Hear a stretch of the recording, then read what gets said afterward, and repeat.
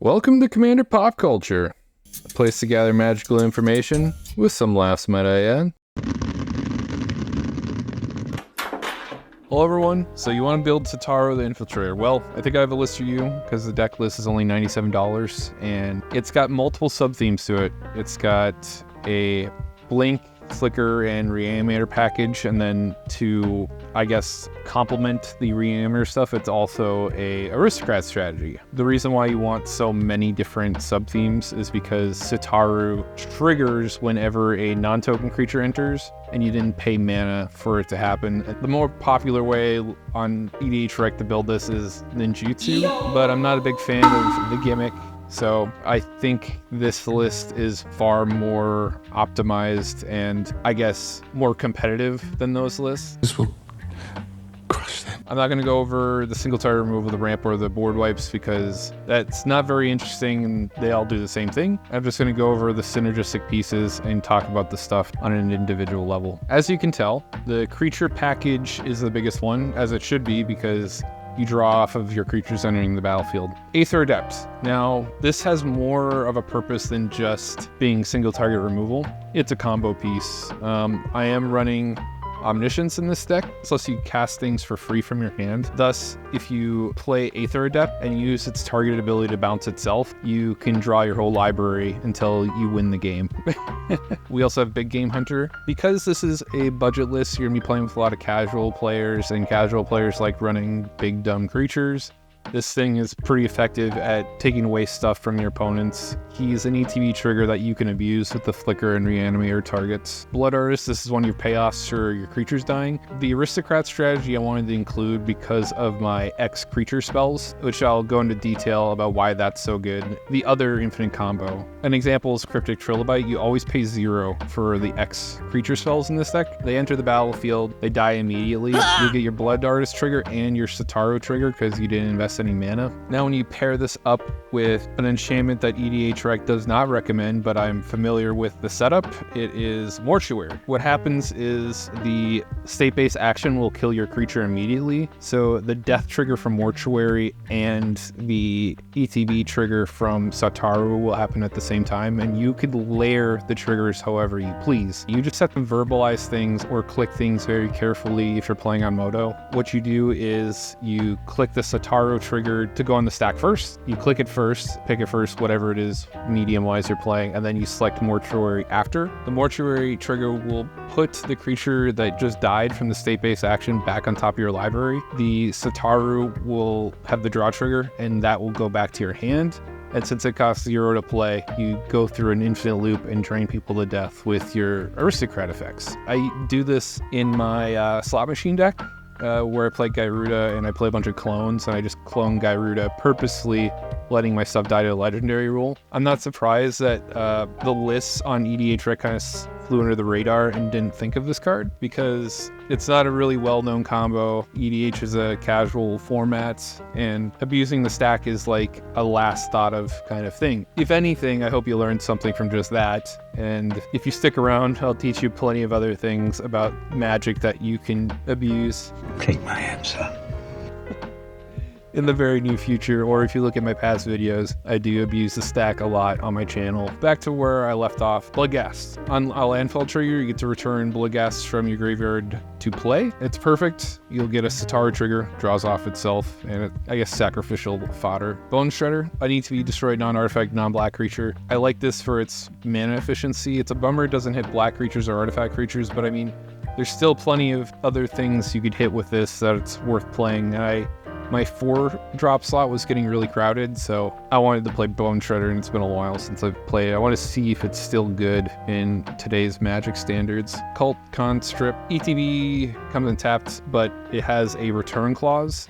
Whenever a non-skeleton creature died under control, you pay 2 mana to return it back to play. It acts like Nether Trainer, which I'm also running in this list. Deadeye Navigator. You get an ETB flicker trigger for 2 mana to draw a card, essentially. Endless One.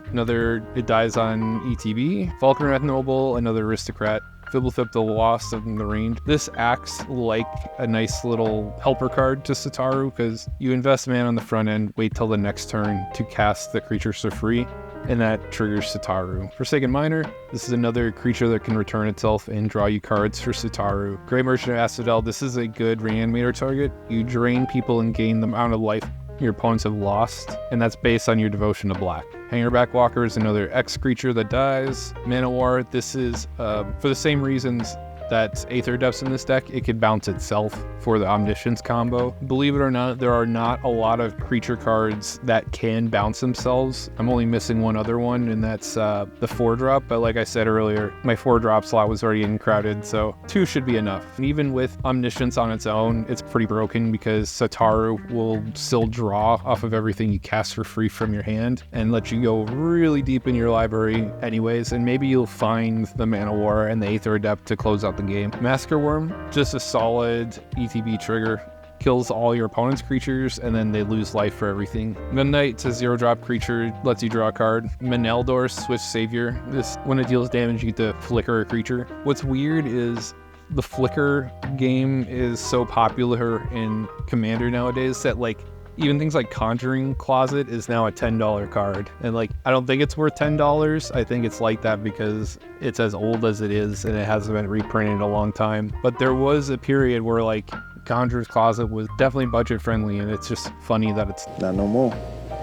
It's a fun uncommon that I get to try anyways. Nether Trader, whenever another creature dies, you get to pay black to return this from your graveyard to play. Notion Thief, this lets you steal your opponent's draws. The 2 strongest things in Commander is tutoring, number 1, and then drawing a ton of cards. Notion Thief kind of puts into check those strategies, because now whenever they draw, you draw instead. Amorous dies on ETB, play for free. Ornithopter can be played for free, draws you a card. Phyrexian Delver, this is a reanimator card. You lose life based on whatever you try to get back. It's based on the target's CMC. No pain, no gain.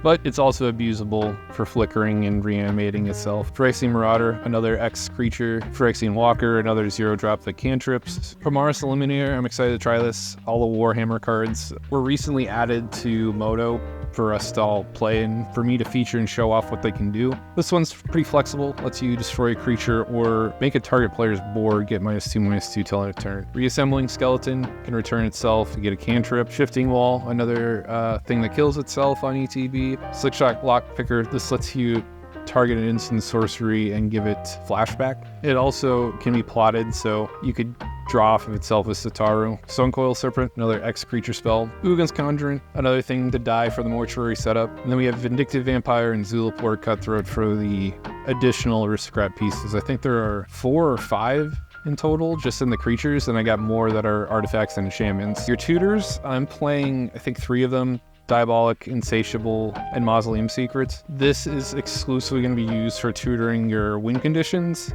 i.e. your Mortuary or the Omniscience, or the other half of the 2 card setups. So only use them for those if you can resist. Living Death, this is for a big play.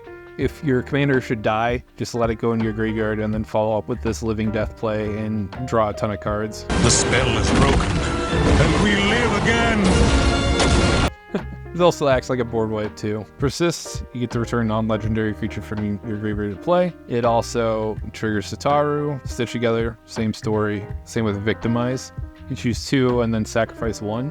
Bantu's Monument, black creatures cost 1 less, but the ideal trigger is that whenever you cast a creature spell, it doesn't care the color. It will drain your opponents for a life, gain you a life, so it acts like Aristocrat, with the added benefit of being a coupon. 51% black, so you should be very well covered.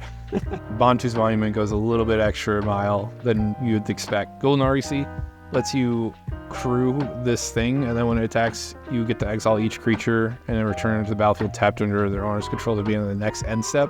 You could overcrew things, so I can tap all my creatures into this and then get a bunch of flicker triggers and draw off of each thing that comes back into play. Panharmonicon, this also doubles your Satoru triggers. Instead of just drawing 1, you'll draw 2. Agent of the Throne, this is a aristocrat piece. Animate Dead to bring back your ideal targets. Bastion of Remembrance, another aristocrat card, Diabolic Servitude. This lets you repeatedly bring stuff back at the cost of, should that creature die again, it gets exiled instead. I just like the idea of, you know, having something come back over and over again. Unfortunately, Reanimator is also a really popular theme in Commander, so I think for 17 cents, you're getting a pretty good deal for something that you use over and over again. And it's a shame, because I think this card should be played more often than it does. And that brings us to the end of Satoru, the Infiltrator. I know I went through this pretty fast. Surprisingly, for having so many sub-themes, I have a ton of redundancy in here. Like, I think that's why I was able to cover, you know, the tech of this as quickly as I did. I mean, that makes it better for your viewing pleasure. I don't think everyone wants to sit around and watch me talk about things for over 20 minutes or more longer than I need to. Most of my techs and gameplay videos are nice. I usually wrap things up anywhere between 8 and 15 minutes. That's just something I think my channel does better than pretty much anybody else. I take the time in the post-production and editing to make it more convenient for all of you to get information, and that's partially what my channel is all about. I want to educate my viewers and I want to entertain all of you, and I think I accomplished both of those tasks because of my editing. So if you liked what you saw, subscribe. You're gonna get to see me play this in the very near future, because I'm gonna play this in the previous 3 deck decks I just did, and that's the process of new commanders get released. I get to show everybody what they can do on the channel. Everyone take care now. Bye.